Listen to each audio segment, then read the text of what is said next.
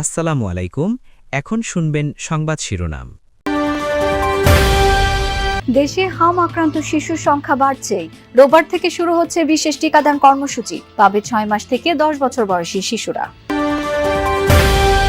রংপুর বিভাগে জ্বালানি তেল নিয়ে ভোগান্তি চরমে, আজও বন্ধ অর্ধেকের বেশি পাম্প। জোড়াতালি দিয়ে চলছে পশ্চিমাঞ্চলীয় রেলের বিভিন্ন রুট। বছরে শত কোটি টাকা খরচ হলেও হয়নি উন্নয়ন। পাবনায় আবারও সক্রিয় নিষিদ্ধ সংগঠন পূর্ব বাংলা কমিউনিস্ট পার্টি। চরমপন্থীদের তৎপরতায় স্থানীয়দের মাঝে উঠবে। এতক্ষণ শুনছিলেন সংবাদ শিরোনাম। এখন শুনবেন বিস্তারিত। দেশের বিভিন্ন অঞ্চলে হঠাৎই হামের প্রকোপ বেড়েছে। আক্রান্তদের বেশিরভাগই শিশু। এরই মধ্যে বিভিন্ন হাসপাতালের মতো পাবনা ও যশোরের শিশুদের জন্য খোলা হয়েছে আইসোলেশন ওয়ার্ড। তবে স্থান সংকুলান না হয় সাধারণ ওয়ার্ডেও রাখতে হচ্ছে রোগীদের। এতে সংক্রমণের সংখ্যা বাড়ছে। পরিস্থিতি মোকাবেলায় হাসপাতালগুলোকে প্রস্তুত থাকার নির্দেশ দিয়েছে কর্তৃপক্ষ। এছাড়া হাম প্রতিরোধে টিকাদানের গুরুত্ব তুলে ধরে সচেতনতা বাড়াতেও জোর দিচ্ছেন বিশেষজ্ঞরা। খেলাধুলা আর হাসি আনন্দে যে শিশুরা ঘর মাতিয়ে রাখত, হঠাৎ হামের উপসর্গ নিয়ে তারাই এখন হাসপাতালে। অভিভাবকদের চোখে মুখেও দুশ্চিন্তার ছাপ। পাবনা জেনারেল হাসপাতালের শিশু ওয়ার্ডের পাশেই খোলা হয়েছে হাম ওয়ার্ড। তবে সেবা প্রত্যাশীদের যেন অভিযোগের শেষ নেই। চাপ বাড়ায় সব রোগীকেই রাখা হচ্ছে একসাথে।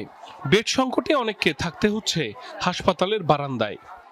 এক বেডে 5টা করে রোগী দেশে, রোগীর সাথে যে লোক আইছে তাদের বসার জায়গা নাই। শ্বাসের রোগ এটা দ্রুত ছড়াই পড়ে, কিন্তু এখানে কোনো পর্যাপ্ত ব্যবস্থা নাই। আলাদা করে করানোর চেষ্টা করছি, আমরা আইসোলেশন তৈরি করেছি, তারপরেও আসলে এটা পুরোপুরি নিয়ন্ত্রণ করা যাচ্ছে না।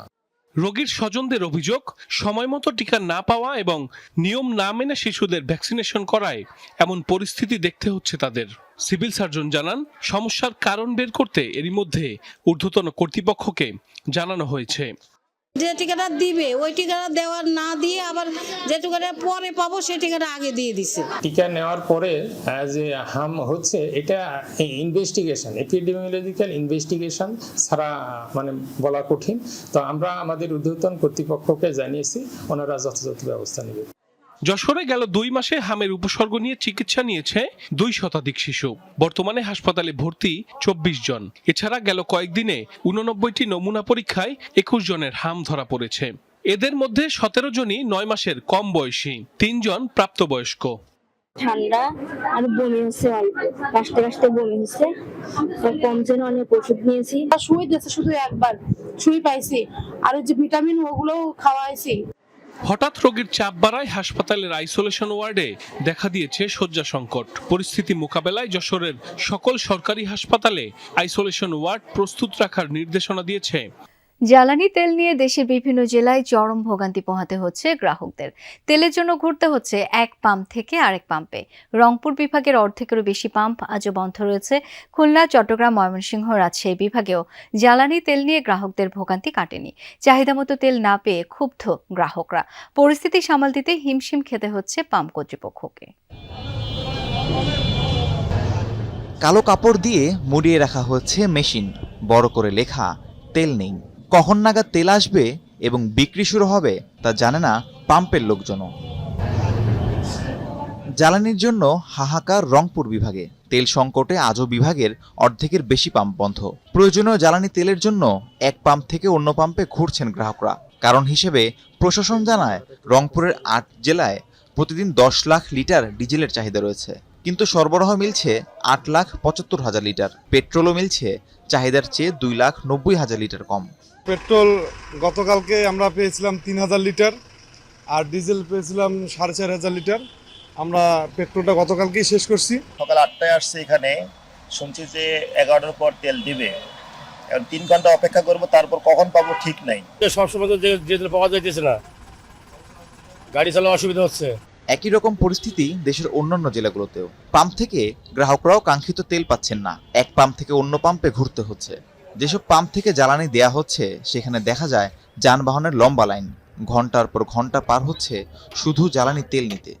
এক বেলা চলে যাচ্ছে তেল নিতেই, তাহলে আমরা কর্মজীবনে আমরা কথাই কর্ম করবো। একবারে যদি 12টা 1টা বাজে আমরা চাকরিজীবী, আমরা কখন চাকরি করতে যাবো? কোথায় তেল দাও মানে কর্ম বাদ দিয়ে এসে তেলের পেছনে লাইন দেওয়া লাগে। তার মানে এখন বেকারত্ব বরণ করে নিয়ে তেলের পেছনে শ্রম দেওয়া লাগবে। চাহিদা অনুযায়ী দিচ্ছে না, ওরা ওই একটা প্রতিক্রিয়া একটা আলাদাভাবে যখন তখন ভেঙে যাচ্ছে রেল লাইন, জোড়াতালি দিয়ে চলছে ট্রেন। এমন ভয়াবহ চিত্র পাওয়া গেছে পশ্চিমাঞ্চল রেলওয়ের বিভিন্ন রুটে। বছরে 100 কোটি টাকা বরাদ্দ, তবুও মান বাড়েনি। দিন যায়, সরকার বদলায়, তবু কেন উত্তরের রেলপথের কোনো উন্নতি হয় না, সেই প্রশ্নের উত্তর খুঁজেছে। রেলওয়ের বিভিন্ন রুটে প্রায়ই রেল লাইন ভাঙার কথা শোনা যাচ্ছে। বিশেষ করে ঈশ্বরদী পার্বতীপুরের এই রুটে সবচেয়ে বেশি। এতে করে একদিকে যেমন ঝুঁকি নিয়ে চলাচল করছে ট্রেন, অন্যদিকে যাত্রী পরিষেবাও দারুণভাবে বিঘ্নিত হচ্ছে। ঘটনার কারণ অনুসন্ধানে উত্তরের পথে টিম যমুনা। সান্তাহারে পাথর টেনে রেল লাইন রক্ষণাবেক্ষণ করছেন একদল কর্মী। ঠিক তার পাশে দেখা মিলল ভয়াবহ চিত্র। ভাঙাচোরা স্লিপার আর ক্লিপবিহীন লাইনের উপর দিয়েই ছুটে চলছে ট্রেন। 50-60টা স্লিপারই ভেঙে চলে গেছে। ভেঙে যাওয়াতে এখন এই এত ভারী রেল এখানে যাওয়াতে এই ভাঙা অবস্থায় রেল লাইন তো দুর্ঘটনা যে কোনো মধ্যে ঘটতে পারে। এই রেলের পরিবর্তে যদি 110 পাউন্ডের রেল দেয় তাহলে আমাদের এই রেলের আর তত সমস্যা হবে না। রেল লাইনগুলো দেখলেই মনে হবে অনেক পুরাতন, কিন্তু কতদিনের পুরনো। রেল লাইনের গায়ের এই লেখা বলছে এটির বয়স 100 বছর পেরিয়ে গেছে এবং এর ধারণ ক্ষমতা 90 পাউন্ড, যা এখনকার ট্রেন চলাচলের একেবারেই অনুপযোগী বলছেন সংশ্লিষ্টরা। বহুত আগে সেই ব্রিটিশরা দিয়ে গেছে, ওইভাবেই চলতেছে। যেখানে আমরা ভাঙা যায়, নতুন রেল আসে, সেটা আমরা লাগাই। গাড়ি যাতায়াতে এই জিনিসটা চটা উঠে চলে যায়, মানে এরকম ডিপ হয় উঠে চলে। ট্রেনটা তো ভারী, খিলটা খুলে চলে যায়, শর্টকাট চলে যায়, আর লাইনটা দমকে। দীর্ঘ 6 বছর পর পাবনায় আবারও সক্রিয় চরমপন্থী সংগঠন পূর্ব বাংলা কমিউনিস্ট পার্টি। পথে ঘাটে সাঁটানো নিষিদ্ধ ঘোষিত সংগঠনটির পোস্টার। এতে চরম উদ্বেগ, উৎকণ্ঠায় স্থানীয়রা। কারা কি উদ্দেশ্যে এসব লাগিয়েছে তা নিয়ে চলছে জোর আলোচনা। এ বিষয়ে তৎপরতা বৃদ্ধির পাশাপাশি চরমপন্থার উত্থান রোধে কঠোর অবস্থান নেবে প্রশাসন। পাবনার আটঘরিয়ায়, সাথিয়া ও ফরিদপুর উপজেলার বিভিন্ন এলাকায় রাস্তার ধারে, বাজারে এবং গাছের গায়ে সাঁটানো লাল রঙের পোস্টার।